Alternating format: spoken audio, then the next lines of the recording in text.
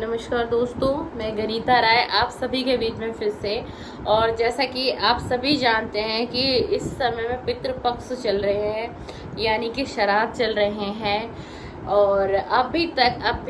आपने अगर अपने पूर्वजों का श्राद्ध नहीं किया है, तिथि अनुसार नहीं कर पाए हैं, किसी कारणवश नहीं कर पाए हैं, तो मैं आप सभी को एक बात बता दूं कि अगर अमावस्या के दिन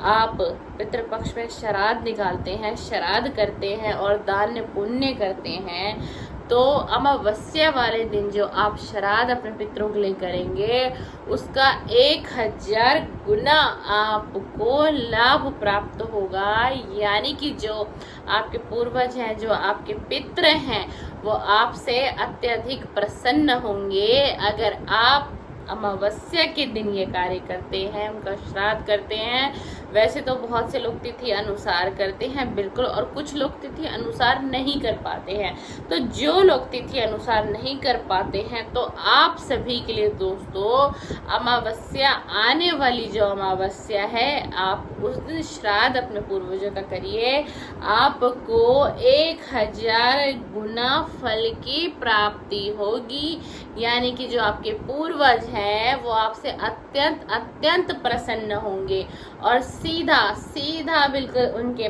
पास आपका दान पुण्य, कुछ भी अच्छा कार्य जो आपने श्राद्ध पक्ष में किया, यानी कि पितृ पक्ष में किया, अपने पितरों को प्रसन्न करने के लिए किया, किसी भूखे को भोजन करा दिया, किसी को वस्त्र का दान कर दिया, किसी के पैर में स्लीपर पहना दिया, शूज दे दी, किसी गरीब को, जिसको आपको पता था कि इसको बहुत जरूरी है और इसके पास ये व्यवस्था नहीं है, और आपने अपने पितरों का श्राद्ध किया, उसके साथ साथ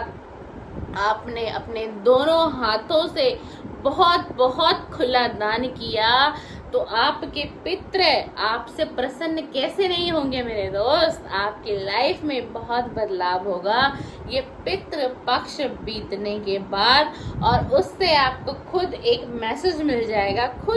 खुद दिखाई दे जाएगा कि आपके लाइफ में कितने बदलाव हुए ये पितृ पक्ष बीतने के बाद। और आखिरकार ऐसा क्यों हुआ? क्योंकि आपके पितर आप पर प्रसन्न हुए, क्योंकि आपने बहुत से दान पुण्य किए, आपने दिल से किए और आपने दोनों खुले हाथों से किए। तो हमारे पितर जो होते हैं ना, हमारे पितर सिर्फ यही चाहते हैं, क्योंकि देखिए, जब उनका निधन होने के बाद वो बन जाते हैं हमारे पितर, है ना। और हर इंसान को, ठीक है, वह इंसान की योनि में नहीं होते, है ना, वो इंसान की योनि में नहीं होते, पर हम तो इंसान की योनि में होते हैं ना, हम तो होते हैं ना। वो जो हमारी सोल की जो कॉर्ड होती है ना, जो हमारी सोल की कॉर्ड होती है, वो कोड यानी कि आत्मा का जो मिलन होता है ना, वो कभी खत्म नहीं होता है मेरे दोस्त, कभी खत्म नहीं होता है। तो जैसे हम एक इंसान हैं, हम अपने परिवार से, हम अपने माता पिता से क्या मांगते हैं और क्या चाहते हैं कि अत्यधिक प्रेम मुझे मेरे पिता करें, अत्यधिक प्रेम मुझे मेरी माता करे, और अत्यधिक प्रेम मुझे मेरे भाई बहन करें, या मेरे पति करें, या पत्नी कहेगी, या पति कहेगी मेरी पत्नी करे, है ना। तो ये जो कॉर्ड है, जीते जी तो कटती नहीं है, ये मरने के बाद भी कॉर्ड नहीं कटती है। हमारे पितरों से हमारे एक कॉर्ड हमेशा कनेक्ट रहती है। तो हमारे पितर हमसे क्या चाहते हैं? हमारे पितर भी चाहते हैं कि जो ये श्राद्ध पक्ष आता है ना, तो हमारे पितर हमसे यही चाहते हैं। आपको पता है, मैं हमेशा दान पुण्य की बात करती हूँ, क्यों करती हूँ? आज सुनिए। जो भी आप दान पुण्य करते हैं ना, खासतौर से श्राद्ध पक्ष में, आप बेशक किसी अननोन पर्सन को 2 वक्त का भोजन खिला देते हैं, किसी अननोन पर्सन को वस्त्र दे देते हैं उसका तन ढकने के लिए, किसी अननोन पर्सन के घर में आप अनाज की व्यवस्था करा देते हैं। अननोन का मतलब कोई अलग इंसान, आपके परिवार का व्यक्ति नहीं। आपको क्या लगता है जो आप दान पुण्य कर रहे हैं, वो वहाँ सब नोट हो रहा है, और जो आपके पूर्वज यानी कि जो आपके पितर हैं, उनको बिल्कुल पता चल रहा है, वो कहीं भी हो, कहीं भी हो, कहीं भी हो, कहीं भी हो, वो उनको सब पता है आप क्या कर रहे हैं, किस दिल से कर रहे हैं, किस कामना से कर रहा है ये मेरा सदस्य या मेरे परिवार का सदस्य किस कामना से कर रहा है, और क्या संघर्ष इसके जीवन में है, क्या कठिनाइयां इसके जीवन में है। अगर आपने अपने पितरों को खुश कर लिया इस श्राद्ध पक्ष में, तो आप सोच भी नहीं सकते आपकी लाइफ में कितना बड़ा बदलाव आ जाएगा। और कहते हैं ना प्राचीन काल से, कभी आप बड़े बुजुर्ग से सुनिएगा कि अपने माता पिता के पास 2 पल बिताइएगा और वहां से सुनिएगा पितरों की कहानी कि पितर क्या होते हैं हमारी जिंदगी में, पितर क्या होते हैं। जिस मनुष्य ने अपने पितरों को, अपने पूर्वजों को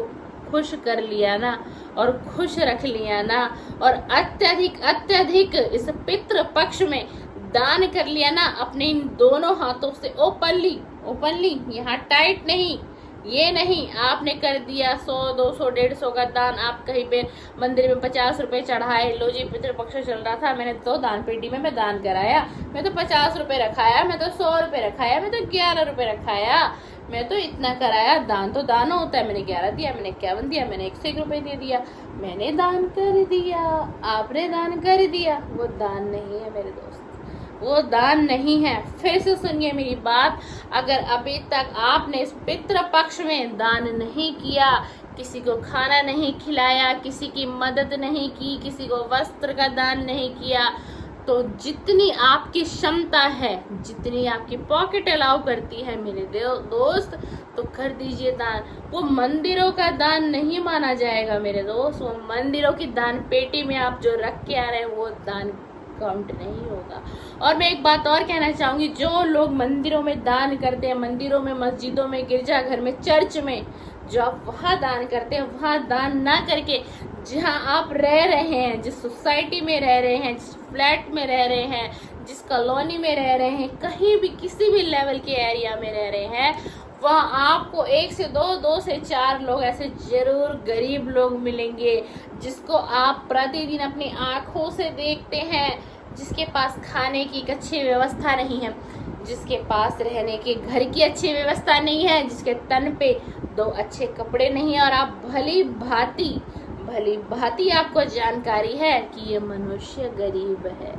ये मनुष्य गरीब है, इसके घर में कोई बीमार है, काफी लंबे समय से बीमार है, इसको पैसों की आवश्यकता है, इसको धन की आवश्यकता है, इसका कारोबार खत्म हो गया, इसकी जॉब चली गई या इसके बच्चों की जॉब चली गई, और उस बच्चे के ऊपर बहुत बड़ी जिम्मेदारी अपने घर की, अपने परिवार की। तो जो ये समय पितृपक्ष का चल रहा है ना मेरे दोस्त, अगर इसमें आप किसी एक ऐसे इंसान की, मात्र एक इंसान की,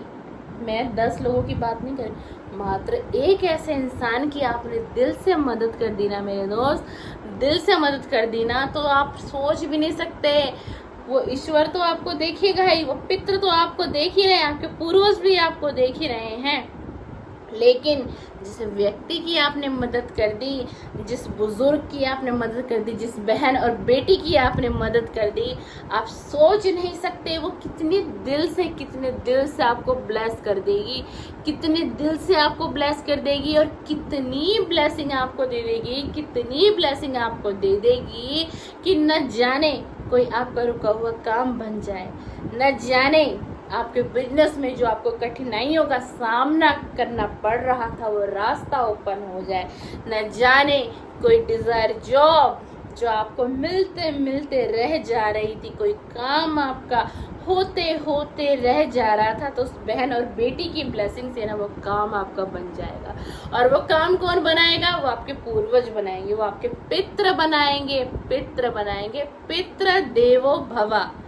पितृ देवो भवा। पितृ को देवता के समान मानो।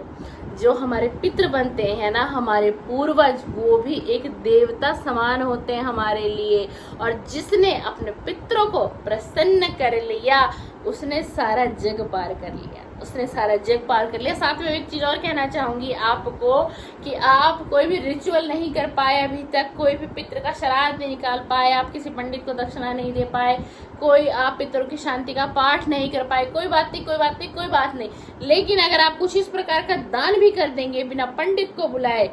बिना पाठ कराए, कुछ भी कराए, और सिर्फ ले लीजिए अपने पूर्वजों का नाम, अपने पितरों का नाम और कर दीजिए थोड़ा बहुत ये दान, आपकी हाजिरी लग गई वहां आपके पितरों के पास।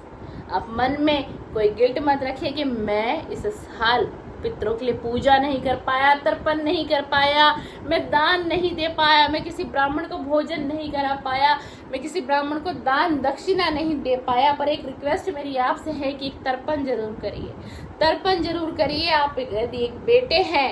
आप एक भाई हैं,